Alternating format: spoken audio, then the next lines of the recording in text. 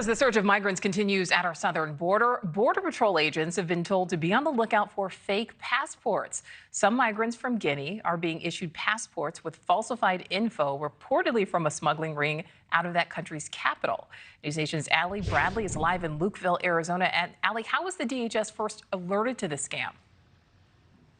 Yeah. Hey, Nicole. So what we know right now is DHS agents within CBP were alerted in the Tucson sector of these fake or potentially altered passports that were coming from people that were leaving the capital of Guinea. So here's what we know from that alert here. It was one that warns of some of these migrants from Guinea that may have been actually coached by officials within the Guinean government to change their age on the passport so they enter classified as an unaccompanied minor, upping their chance of remaining inside the U.S. Now, border officials also warning that a criminal group in Guinea allegedly stole blank passports and is now selling them with falsified information.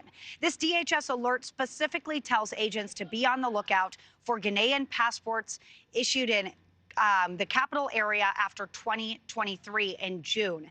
On multiple occasions, NewsNation has encountered discarded, burned, or buried documents. These come from Guinea, from Bangladesh, other countries. This is happening all along the border and right here in Lukeville. Congressman Juan Sisambaram, who represents this district, says this is extremely concerning. Unfortunately, the easiest to come into the country with whatever you have, and they're still going to that extent to prove that there's somebody else. That's troubling.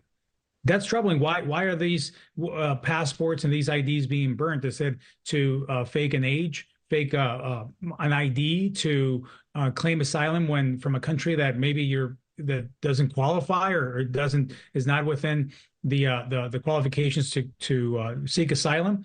None of the reasons or none of the options, none of them sound promising or good to any of us. So we should be troubled by that. Now, Nicole, I've been walking along the southern border down here in Lukeville. I have a myriad of those discarded documents. You can see here in this Nepalese passport here, they ripped out all of the papers inside of the passport, and we've got a slew of different voter ID cards and identification. Now, here's the thing.